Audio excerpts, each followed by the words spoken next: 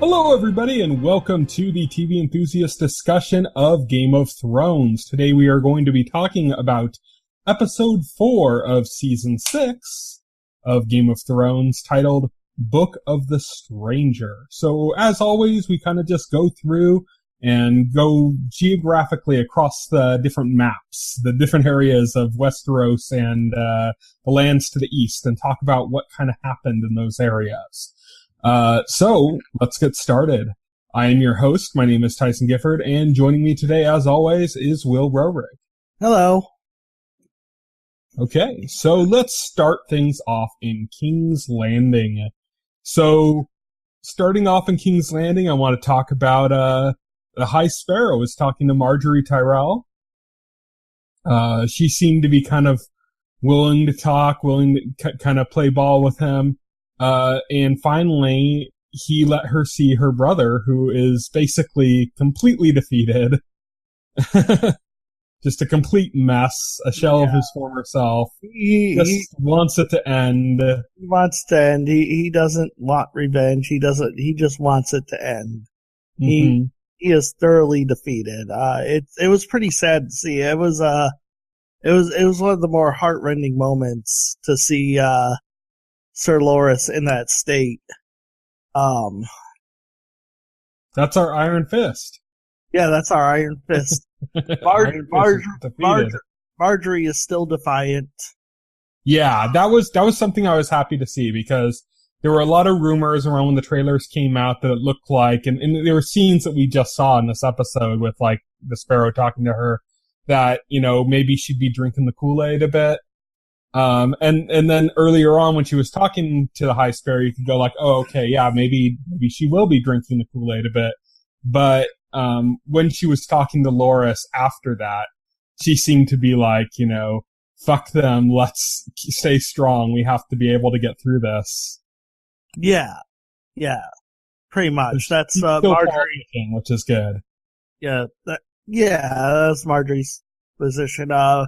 We got, like, interesting conversation between her and the High Sparrow.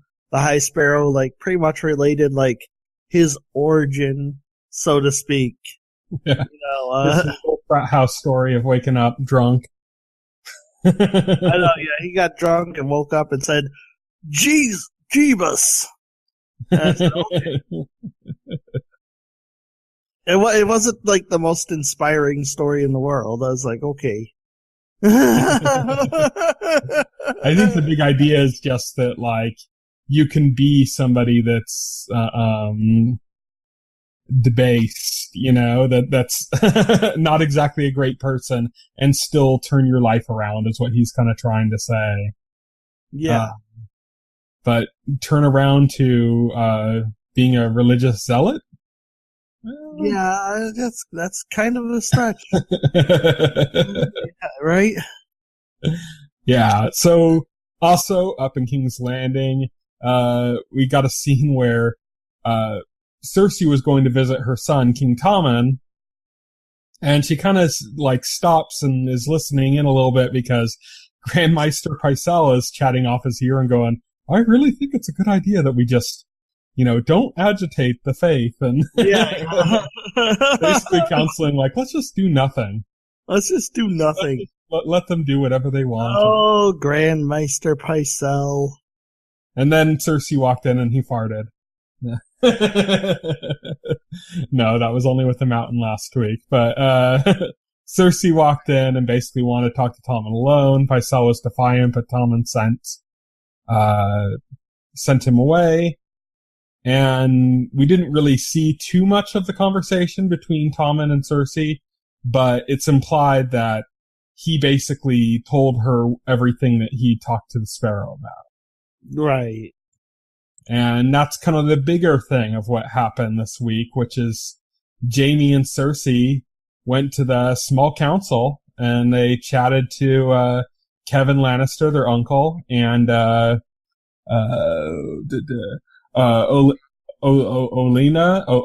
Tyrell, the head of the House Tyrell, basically, and finally came to an understanding with the small council about what needs to be done. With Olenna, it was all like, basically, Cersei saying, well, before I go on trial, which you don't give a shit about, your granddaughter is going to go through the walk of shame that I went through. And Olenna's like, that cannot happen. Yeah, pretty much. That cannot, yeah, she's like, that cannot happen. Basically, they're gonna, the plan now is, I guess, to sick the Tyrell army on the Faith Militant. Mm-hmm. And Kevin's gonna lead them right up to the church and then take off, basically, because he's on King's orders not to attack them. But he's just gonna lead them to that point and then leave. And then Cersei and Jaime are gonna do what they want and then deal with the king later. Deal with Tommen later. Yeah. But yeah, it seems like maybe they're gonna go around when they're planning to take Marjorie for her walk of shame, and they'll like interrupt it. Yep, that's probably about what they're gonna do. So should be exciting. And then I think there's a line where they're like if we do this, like a lot of people will die. And then Olenna's like, no matter what we do, a lot of people will die. Yeah, it's all better them than us. Yeah, it's better them than us.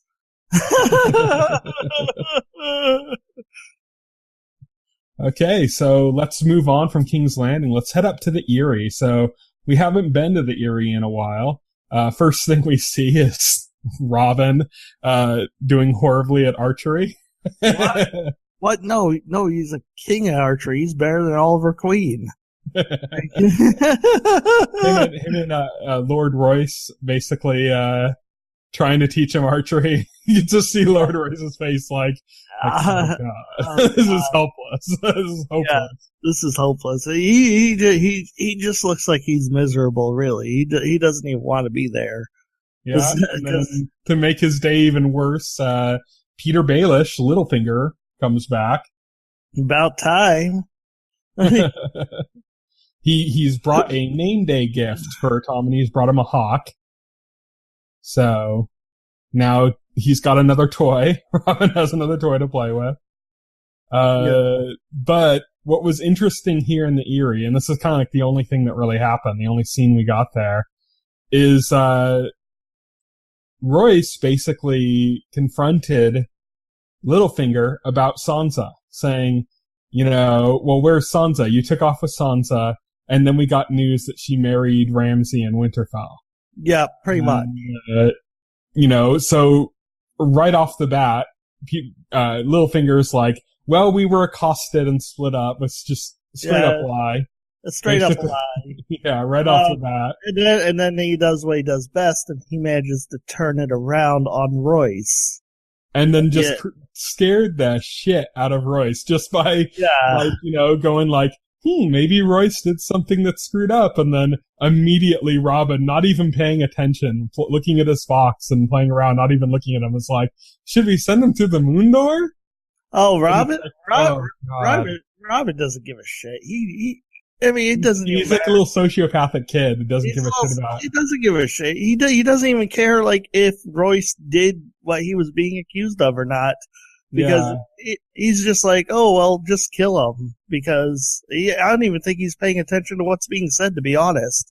He's just like... He's completely out of the equation. He's like the definition of a puppet for Littlefinger. For Littlefinger, yeah. Littlefinger's got wrapped around his little pinky. Around his little finger. I avoided saying that. Not take it there. Always.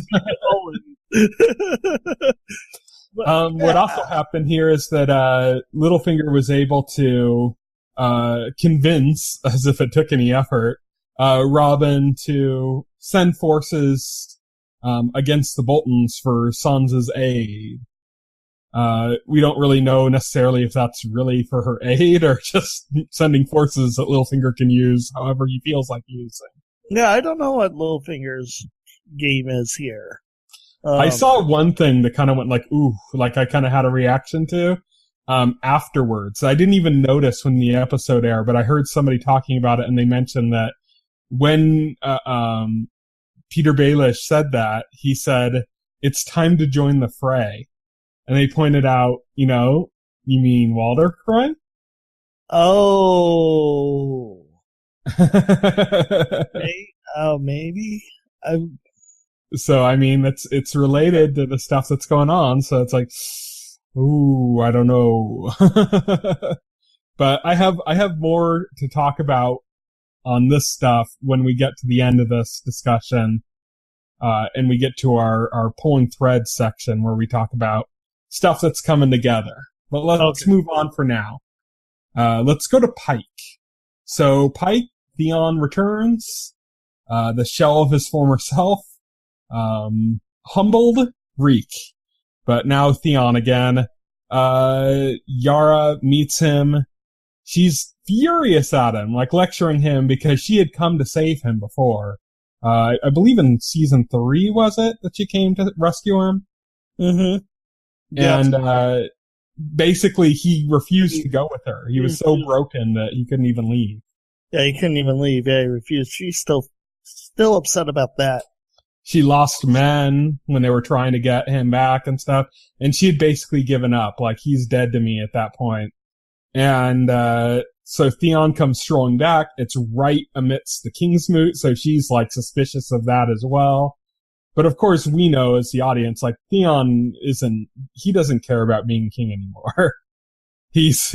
Any ambition like that is completely gone from his system. He's completely broken. He has no hopes of that anymore. He has no intention, no interest in that area at all. And he finally says to her after she's kind of pressuring him, like, what do you want? Why are you back? What do you want? And he said that he wants her to be queen. I think he just wants safety and security at this point. I don't think he cares about anything else, I think that's part of it, but I think there's also something about doing the right thing. Yeah. Because he did do right by Sansa. He did do right. Yeah. And he said, that he would have died for her, and I believe him. So I think that there is some aspect of doing the right thing, and that he was a little shit that thought he was entitled to basically be the next ruler of the Iron Islands, whereas, like, his sister was the one that was qualified, and I think he sees that now, too. Like, so I think part of him says, like, I want to be back home, and I want you to take your rightful place. Yeah, Ramsay Bolton really opened his eyes, didn't he? Yeah. Among other things. Open lots of parts of him, but yeah. which takes us, let's move on that cue to Winterfell, where we have a scene with Ramsay Bolton and Osha. Yeah, this is gonna go well. Yeah. I love when he says, do you know what my banner is? And she says, the flayed man. And he said, does that scare you? And she says, do you eat the flesh that's flayed? And he says, no. And she says, then I've seen worse. And Ramsay gets like the biggest grin on his face. I think this is like a tense scene for me just because I'm just waiting to see what fucked up stuff Ramsay does. Yeah. That's like the whole scene. I'm not like, oh, is Osha? No, she's not going to get one over on him. Ramsay's going to do something fucked up. I just don't know what that is. And so that's the whole tension in that scene. What do you think about Ramsay? I mean, obviously, it's not like I love him. He seems like a real standout guy. I love him. He seems like a real standout guy. Obviously, that's not going to be the normal reaction, but I mean, do you like him as a villain, like on the show? Or are you just like, okay, he's too mustache trolley, No, I love him as a villain. I think he's real charismatic. He's he's real the scenery when he's on, so it's fun to see him on. I want him to die very badly. But it's not like I want just to get him rid of him. I want him to die in a spectacular fashion. He's a very charismatic villain, and he's not afraid to have fun. Yeah. But it's like, Yeah, it's like, and yeah, I want to see him die in the most dramatic, horrible fashion, just like Joffrey. But this show is good at like coming up with like these people that you just love to hate. Yeah, Just these reviling people that you love to hate. You know, like Joffrey, and now this guy who Walder Frey. I heard some people criticize Ramsay Bolton as just being Joffrey 2.0. I don't think so at all. Yeah, I don't think so. I think Joffrey would kind of take a few steps back and go, "Oh, okay, dude." Like even Joffrey would look at the stuff Ramsay Bolton does and say like, "What the fuck, dude?" Like seriously, not cool, man, not cool. Yeah, exactly. So that's pretty much all we got at Winterfell was just this scene, which we didn't even say how it ended, but basically, Osha was trying to put her wiles on him. Oh my god. I was like, yeah, this probably works with like every random dumbass in the show, but this is Ramsay Bolton. He doesn't give a shit about sex. He's not aroused by sexuality. He's aroused by death and gore. Yeah, he's aroused by death and gore. He doesn't. He's like the same thing every man wants, and you're like, well, not that man. Not that. So that goes very poorly. Her trying to play her wiles on him, and he just. She's looking for they did a good job of setting up like the knife he was using to peel the apple and leaving it on the table, and you could see her kind of reaching for it, and you knew it was not going to go well for her.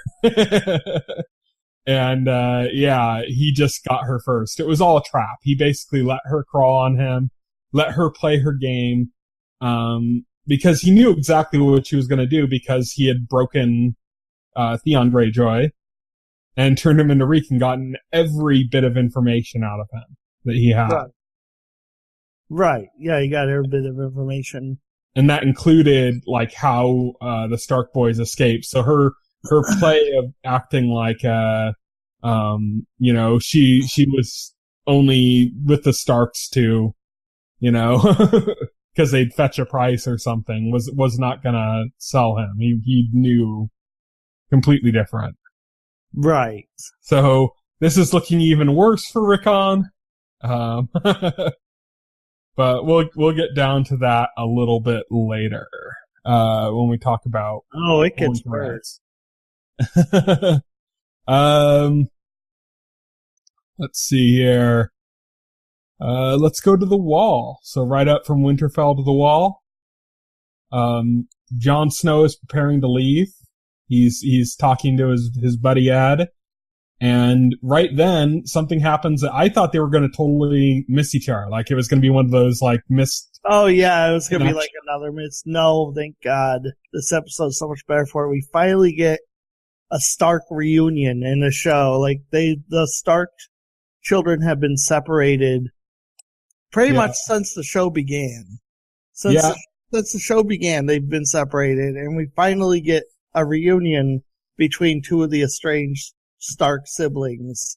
We've had some cool, like, semi-reunion things, like when Sam met Bran. Yeah. And everybody, and then was able to talk to Jon and tell him, like, that Bran's doing okay afterwards and stuff. But that doesn't count. Yeah, but it's not a direct meeting. So this time we get, Jon and Sansa, they meet, they give each other a big hug. Did you know this is actually the first scene they had together? Oh, really? No, I didn't know that. They didn't have a scene in the pilot, and they were separated on the second episode. So they never had dialogue to each other, nothing. So this is like the first time we've seen anything. The first time they've been on screen together. Yeah. That's cool. So it was kind of fun. It was emotional when they got together and hugged, and then it was fun when they were kind of talking about their past and like how much they wish they could go back, and Sansa kind of recognizing she was an asshole. Sansa wants Jon to go help her take back Winterfell. Yeah, and Jon's just done. And Jon says, done fighting. he's just done. He's still demoralized from what happened. You know? He doesn't want to be fighting. He just wants to go surfing. Davos is talking to Melisandre. He finds out that Stannis was defeated because Melisandre says, that Jon Snow is the Lord, is the promised prince, and that she follows him. Mm-hmm. And Davos is kind of like, well, what about Stannis? What happened there?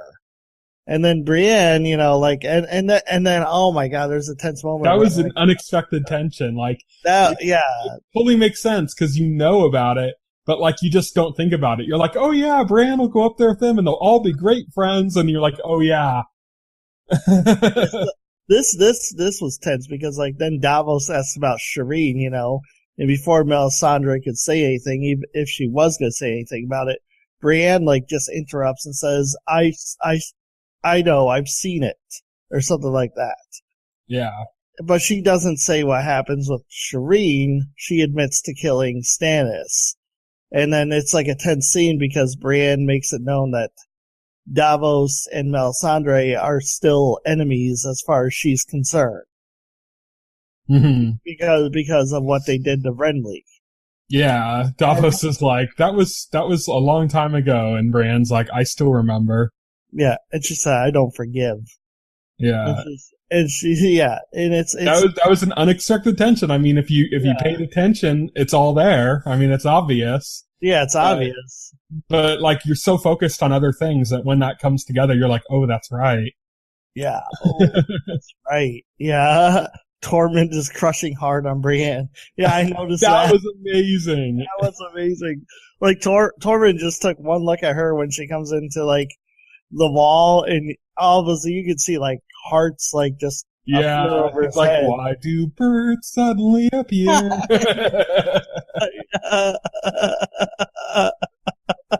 Yeah, exactly. He's damn, you a whole lot of woman. You a whole lot of woman. You a whole lot strong. He's like, oh, damn, you're a strong one, aren't you? Oh. He's crushing on her hard, and it is hilarious. At the dinner scene, right, when they're eating, he's just staring at her. It's kind of awkward, And then she kind of has that reaction where she's like, ooh. Oh, God. Oh, God. This guy. So awesome, though. I so hope that happens too. I love both those characters. So. I love both. Yeah, both those characters are awesome. Yeah, Jon's there at dinner. The food isn't particularly good, by the way. You can see Sansa and Brienne are kind of don't have an appetite for the food that they're being served. And Jon's yeah, I know. Yeah, I know. Oh, it's not that good food.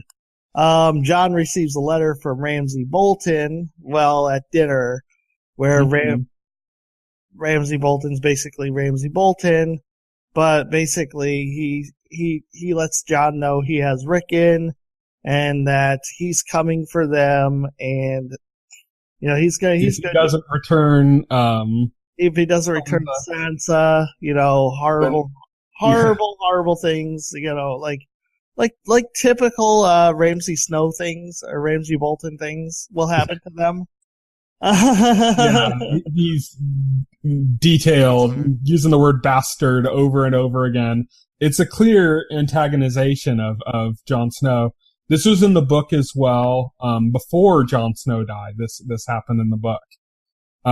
Because in the books, Jon Snow has not been resurrected, at least not yet.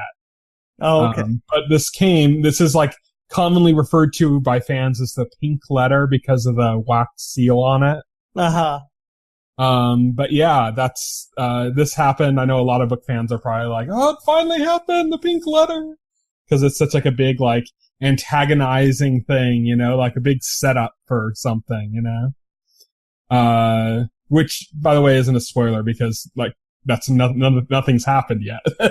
It's he just got the letter, basically, and then he got killed, and that was pretty much it. Oh, he got the letter, and then he got killed. But then he got killed by the Night's Watch. So that's what happened how it happened in the book. So we've caught up with basically everything that hasn't happened yet has happened now. With the pink letter. So, but yeah, it was one of those big things that fans were like obsess over and go over in detail and stuff, and about, you know, like why the letter was sent, and, you know, is Ramsay just being like a douche sending it, or is it part of some kind of a strategy or something, or so there's a lot of speculation about that. It's one of the kind of big points on the show. It's got a color name, like the red wedding and the purple wedding and the pink letter. Yeah, the pink letter, yep.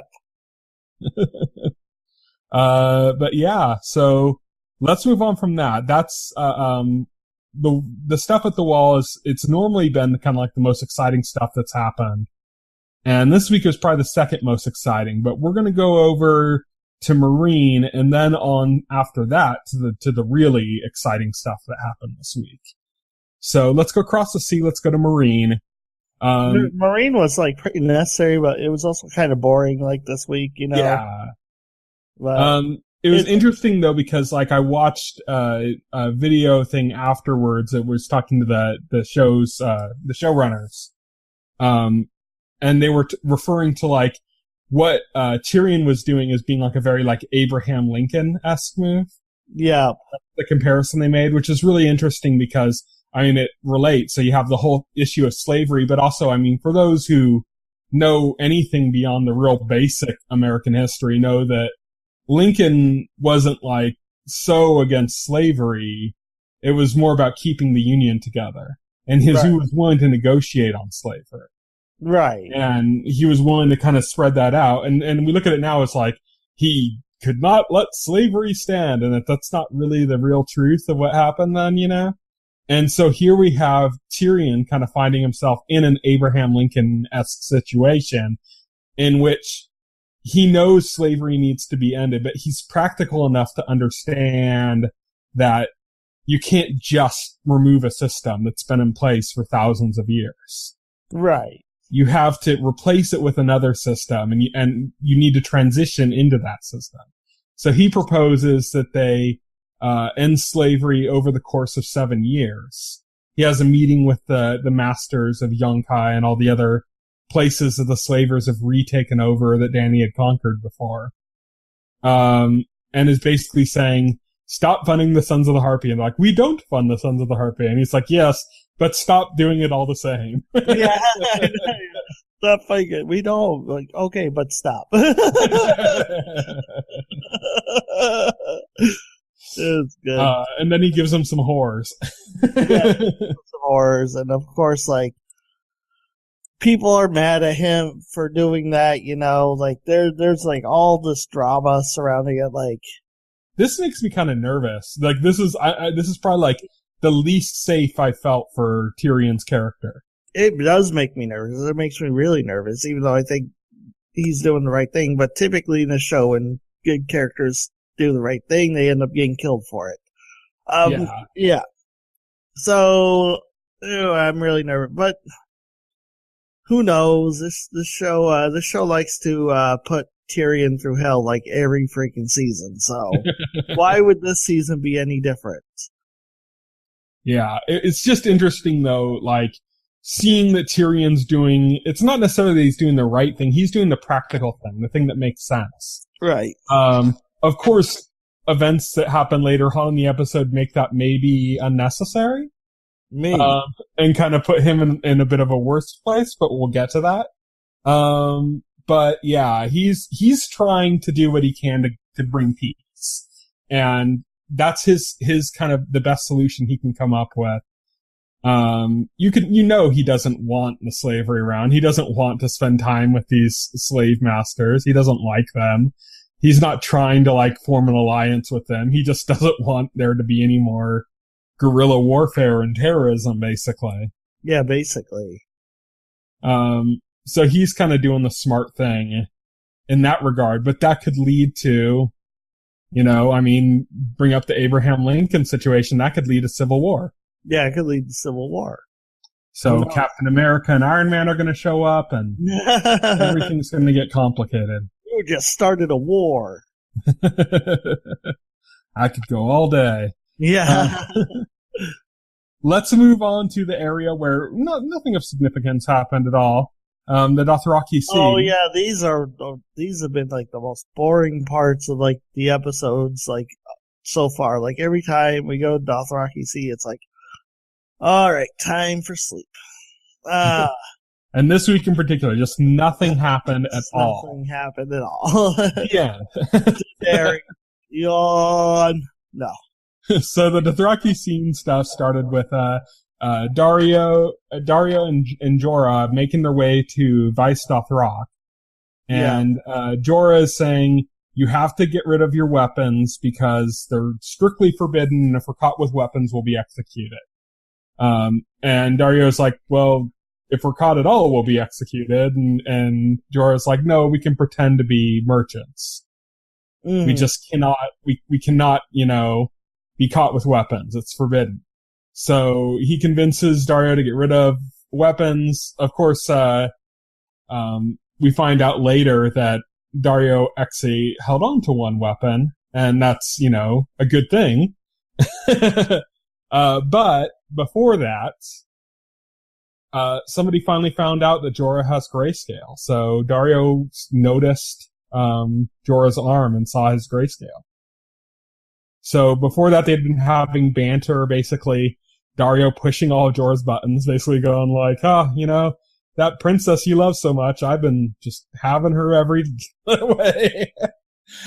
And you just sit on the sidelines, and you could see Jorah just like steaming, but not saying anything. But that was all kind of brought to a real quick end when Dario saw Jorah's grayscale and kind of realized like, oh, you're dying. You're dying.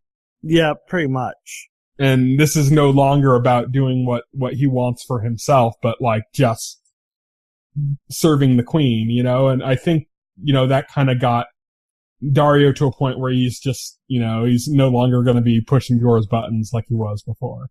Right, exactly. So, in Jorah's sure upcoming death, they formed a bond. But, so, they're doing that. They get into the city. They run into, 2 Dothraki soldiers. The Dothraki do not buy their story about being merchants. One of them runs off to alert the others. Dario chases that one down and snaps his neck. The other one is fighting Jorah, who basically gets toyed with. Dothraki is just kicking Jorah's ass Jorah without a sword, just not doing good.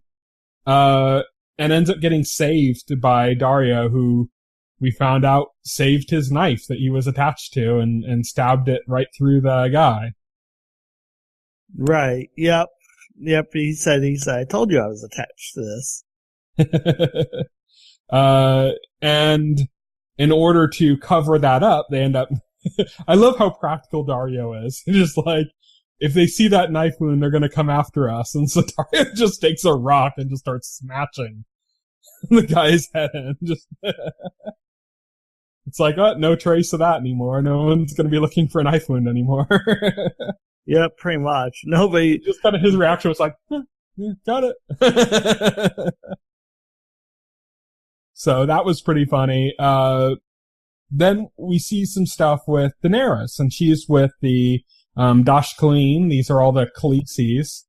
And some of them just kind of like don't trust her because they're like, oh, she's a foreign woman, And so they're kind of keeping a little distance from her. The leader of the group is kind of a little bit more open to her, but kind of at the same time, like basically trying to put her in her place. Dany ends up taking off with one of the younger ones because she says she has to go to the bathroom or make water, as she says. I love it in medieval shows when people say, I need to make water. Yeah, I know, right? But they take off, and Dany starts talking to her and basically kind of like seducing her over to her side, to like being a friend, kind of like showing her that they're kind of on the same page, winning her over. Almost immediately, Dario and Jorah like show up, they grab the girl, they got a knife to her throat, And Daenerys is like, no, don't kill her. We need her. And they're like, well, we gotta go. Let's escape. And Daenerys is like, there's no way we're getting away from the Dothraki. Like, we can slip out of the city, but then they're gonna come after, and then there's no way. There's nowhere we can hide. And so she has another plan. So she says, trust me, I have another plan. I'm gonna do this. And that leads to the coolest scene of the episode, which every season Daenerys has to have like one or two scenes like this, I think. For like truly like badass scene. Yeah, to remind everybody she's a badass, Like, in case you forgot, Daenerys is a badass. And in this one, she's in front of the calls and they're deciding her fate. And the one who brought her in is basically like she belongs with the Dash Khaleen, and it's basically kind of like on her side, not necessarily on her side, but on the side of keeping her safe. Well, some of the others are like, well, I want to taste her. I want to have fun with her, And Daenerys says, well, don't you care what I think? And they're all kind of like, oh, what are you talking about? You don't have a place in this. And very quickly antagonizes all of them. It's like, you're small men. You shouldn't lead the Dothraki. I should lead the Dothraki. And then they're like, okay, that's it. And they do the typical Dothraki thing, intimidating by rape. Yeah, pretty much. We're gonna all fuck you. We're gonna have our blood riders fuck you, and then if there's enough of you left, we're gonna have the horses fuck you. And she's like, no, not really, and has her hand. The moment you notice that she's completely in control, she's got her hand on the fire, and it's like, oh yeah, she's immune to fire. And so this pissed off a lot of fans of the book, by the way. Oh, really? Why is that? Because George R. R. Martin has said in relation to the book, it's never really addressed directly in the book, but has said that her resistance to fire had to do with the fact of that she was going to bring about the dragons. It was like a magical effect related to that.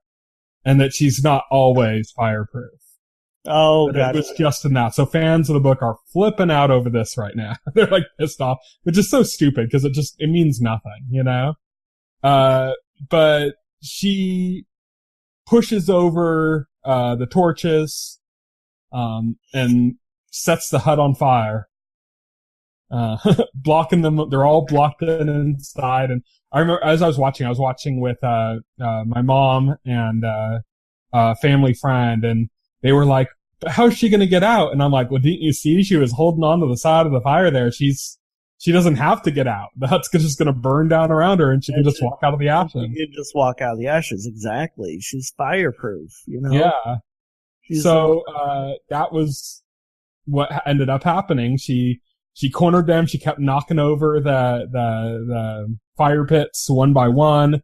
The ground caught fire, which means I imagine, cause that was the place where the Dash Khaleen usually meet. I imagine that, the friend Daenerys made, the other Khaleesi, probably spread some flammable fluid on the ground, because they said they needed her help as well. So I imagine that's what she did. It trapped the calls, killed all of the calls. That's something that's important to notice, cause we remember like Khal Drogo in the first season, that was one call. Yeah, that was just his forces was one Khalasar, Yeah, it was a big one, but it was only one. It's the one. This is all of the calls, and this is like all the Dothraki. This is all the Dothraki leaders. She said, "I will lead the Dothraki," and this is like I was like, yes, yeah, this is just Daenerys being badass Daenerys, which. We haven't seen badass Daenerys in a long time. Yeah. For like a long while now. So it's good to have her back. It was almost like a religious experience for all the people watching, because this is basically a callback to what happened in the last episode of season 1. Right. Which is when she emerged from the fire with the 3 dragons unharmed, Right. And everybody basically fell to their knees and was looking at her like a god, And this is again, except where in that time, by the time she had done that on the show, most of Khal Drogo's Khalasar had already left. So there were only like maybe 100 or less of them. Right. At that point. This is all of the all of the Dothraki. The Dothraki in their entirety bowing before her. So she has a legitimate massive force that's never been singularly unified like this before. No. So now she has an army. Yeah, a really fierce, feared army. A really fierce, feared army, yeah. I mean, they were planning on going back to Westeros and fighting with just one Khalasar. Yeah, now she has all the Khalasars. There's like 8 of them. There's 8 of them, so it's a good thing she held off on that. So yeah, that's what happened. She emerges from the fire. Everybody's kind of bowing down before. It was also kind of cool to see Dario's reaction because he seemed a little skeptical of the idea, and then he sees it too. And even for him, he's kind of like, "Oh shit," you know? He's awed by it. He's like, "Oh shit." He went from following her because she was a hot piece of ass to following her because she's legitimately awesome. Yeah, because she's legitimately awesome. So that was a great ending. That was a great ending. That was so. Great. Before we get to like kind of just pulling threads, which is our segment where we're going to talk about kind of how stuff is shaping up, what did you think of the episode in general? I loved it. A+. Yeah, I think it dragged in a few places, like you said. The stuff in Marine mostly dragged, but that ending, stunning. You know, one of the best for the season. I still think episode 2 takes it. Yeah, I think so too. Just because I think I'm more invested in all that stuff right now and what's happening in the North, with just, you know, everything going on there with the Ramsays and the White Walkers approaching and the Divide and the Night's Watch. All that stuff is like much more. I was much more invested in than I was in Daenerys' struggle. But this was a legitimately badass moment, so it was really cool to see. All right, so getting to pulling threads. So let's talk a little bit. Let's start with the War in the North. So every week we've been talking about where we think things are kind of moving on this, and we've talked about the way things are moving in the North. So I have something a little different here to talk about when it comes to this coming War in the North, which is that we got some numbers this time. Yeah. Sansa said that when Ramsay was talking about going to war with Stannis, he had said he had 5,000 men. Tormund says he has 2,000 wildlings maybe in his force. Fighting wildlings, yeah. Besides like women and children. Well, yeah. And then, so they're outnumbered on that front. Of course, they also have a giant, which is like a lot of men worth there. But,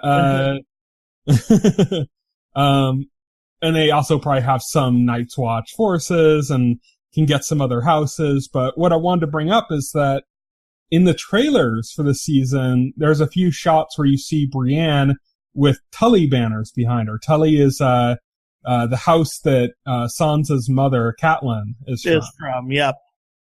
So I was like, ooh, eventually they're going to have to marshal forces. So it looks like that's going to happen. Yeah. Like they're going to marshal forces in other places of the North. But also, we had the scene with Littlefinger saying that they were going to come to Sansa's aid. Yeah. So Littlefinger's so manipulative that we have no idea if that's what he truly intends. I have no idea what Littlefinger's game is. He's so manipulative. He delivered Sansa to Boltons in the first place. Now it seems like he is assembling the forces of the Vale against the Boltons. He's obviously playing some game that benefits him. We just don't know what that is. So this brings up a question though, which is I've talked before about how, in the key of Ramsay's forces, like the strongest part of his forces is, the Umbers and the Karstarks. Yeah. And I'd said before that, the Karstarks didn't kind of surprise me because of course there's going to be some bitterness to the fact that Robb cut off their lord's head. But even in that case, it's kind of like, are they really going to be so against it that they're like just completely aligned with that? Because Robb's dead, you know? Right, so if they feel like he needed to get his, he already did, you know? Yeah, he already did. So you'd think they wouldn't kind of be interested in that with the Boltons. But then we also have with the Umbers, you have the situation where it's like, that just doesn't make sense at all that the Umbers would be. And the reason they gave is because the Umbers hate the wildlings and they're trying to fight them off. And then the Umbers further kind of made themselves look villainous by delivering Osha and Rickon and Shaggy Dog's severed head. Yeah. But I still posited at one point that... So you think that this is part of Littlefinger's plan, the Rickon's capture? I think there's a plan to go after... that at one point I was thinking it's a possibility that there's a plan by the Northern Houses to betray Ramsay when he's on the battlefield. Yep. To take him to a confrontation against Jon Snow's forces and then turn on him on the battlefield. Kind of like, you've seen Braveheart, right? Yeah, I've seen Braveheart. When the Irish were brought in to fight against the Scottish, and then they like ran like they were charging to attack, and they all just joined forces. That's kind of like the thing I'm starting to like go like, maybe that's going to happen.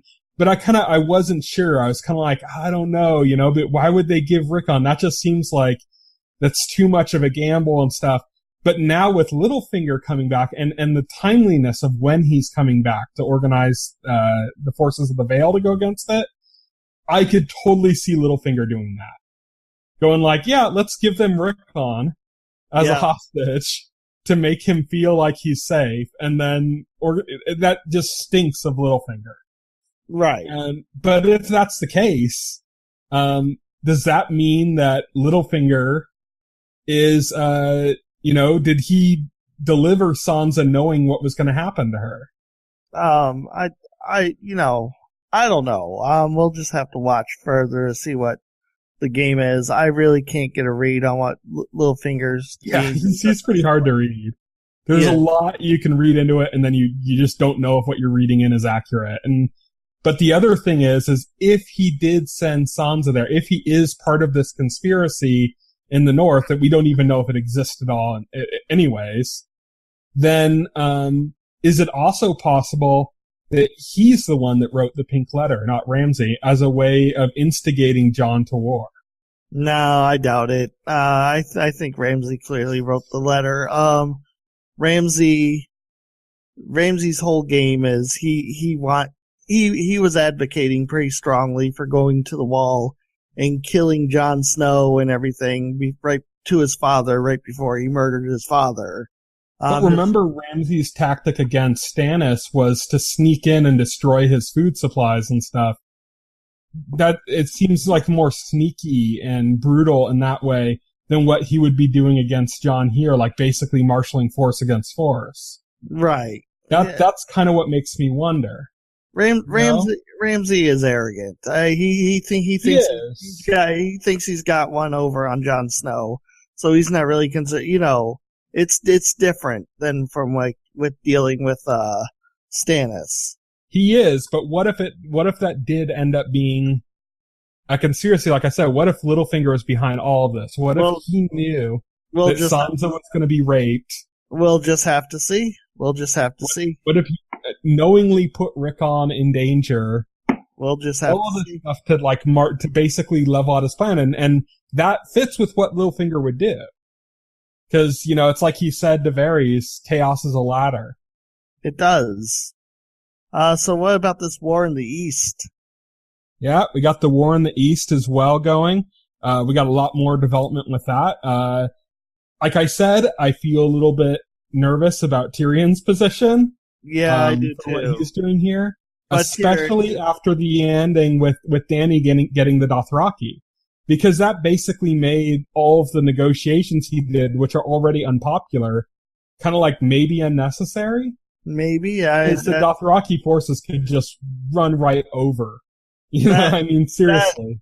That remains to be seen. Well, the Dothraki seem to think so, even with individual Khalasars. Yeah. They had mentioned that Daenerys, that the Masters and Yonkai and the other places wanted Daenerys, and they basically scoffed it off like, if we want their horses, we could just raid them and take them. Yeah. Like, it just seemed like completely non-threatened by them. They're nothing. We could just go steam right in and take everything they have, and it would be no problem for us. Right. And we know from the first season that the idea of even a single Khalasar was considered to be like a huge threat. Right, yeah. Because, and we saw the size of a single Khalasar because that's what captured Dany, that huge horde of troops. That was one Khalasar. That was only one Khalasar. Now she has all the Khalasars. So, at least we know she has her army to ride into Westeros with. Yeah. So that's one of the big takeaways from this. She still has three very big dragons. Mm-hmm. 3 dragons, 8 or so whatever Khalasars, the entirety of the Dothraki, a whole group of freed slaves, and what was it? I think 10,000 Unsullied. Yep. So all she needs to do now is free Marine from the Sons of the Harpy, and then find a way to cross the sea to Westeros. Mm-hmm. That's all that's left for Daenerys in the story. I mean, it's good that we're finally getting there. There's one other thing. She lost all of her ships. Yeah. And so that's going to be the biggest hindrance of her getting across there. I've said before, there's a possibility maybe with the North freezing, because if you go up to the top of the continent, which is around where Braavos is, by the way, which is where Arya is, that's pretty high up north and close across to like the northern side of Westeros. So if the White Walkers broke down the wall and started invading into the north and brought winter with them, like that's around where that crossing would take place. That's also a possibility of how Arya could come back into play. That's all. Yep, definitely. Because if they wanted to cross at the highest point, they'd be crossing right near Braavos. There's that, which is interesting right off the bat. But there is one other storyline that's going on this season that seems completely disconnected from everything else that's happening in the story. And it just so happens to be a huge force whose main point, the main strength of this force is that they have ships. Yeah. And that's the Greyjoys. Yep. So maybe Daenerys and the Greyjoy storyline will intersect at some point. Maybe that's how Daenerys gets her ships to come back to Westeros. Are you thinking, like, the way things are going now, do you think she's going to touch land back in Westeros this season? It maybe at the tail end, like maybe like the last scene of like the last episode. How epic of a scene would that be? She gets off a boat and she steps foot and she's on Westeros. That would be epic. That's what we've been waiting the entire series for, so that'd be super epic. I'd love it. I'd go crazy. You see and then like it pulls out and you see a dragon fly over one of the Westeros castles, or something. Oh, that'd be amazing. That would be amazing. and we also got this war brewing in the south too. Yeah. The Lannisters and the Tyrells versus the Faith Militant, but also versus, Dorne. Also versus Dorne, so we haven't seen anything from Dorne since the first episode. Yeah. Of the season. They're right now they're like this wild card in the background. Yeah, they're this wild card. They're gonna strike. I think it's only a matter of time. Mm-hmm. But we just don't know when. So right now we know that we've seen in this episode how the Lannisters and the Tyrell come to an understanding with each other. Yes. That was the divide before, was like, okay, well, first they're going to have to deal with the small council before they can start dealing with the Faith Militant. Well, now they've dealt with the small council, not through violence, but because they understand each other's positions, because both Marjorie and Loras are going to basically go through what Cersei went through, and the Tyrells do not want that. Right. Especially considering Marjorie's a sitting queen, whereas like Cersei is no longer queen. Yeah, Cersei is no longer queen, so having the sitting queen face the walk of shame, that's just unacceptable. Yeah. Especially, I mean, I don't think Cersei minds as much, but yeah, it's unacceptable. So that's pretty much it. That's what we got going on. So we have these 3 wars brewing, and we still have White Walkers in the wing. Background somewhere. In the preview for next week, we see that vision we saw in the trailer where Bran was standing with the White Walkers behind him, and you could tell it was a vision because he was standing up. Yeah. That looks like it's next week based on the scene. So nice. So we're about to add another card to this, another piece to this puzzle. I can't wait. Looking forward to it. Yeah. So that's it for our show. We do the show every week, so check back in and we'll talk about episode 5, episode 6, week by week. We're going to be talking about them. We also have some other shows. We do a comic book show where we talk about the Marvel Cinematic Universe on TV, as well as the DC Arrowverse, which is Legends of Tomorrow, The Flash, Arrow, all that stuff. Other stuff is probably going to end up tying into that now. Supergirl's moving over to CW. That might start tying into it. Who knows? But we have a show where we talk about that we're going to record tomorrow. And that should be up on Wednesday then. And we also have a podcast we record every Thursday, and it goes up on Fridays. So you can check out all of that on TVEnthusiast.com. Thank you, everybody, for listening. Bye.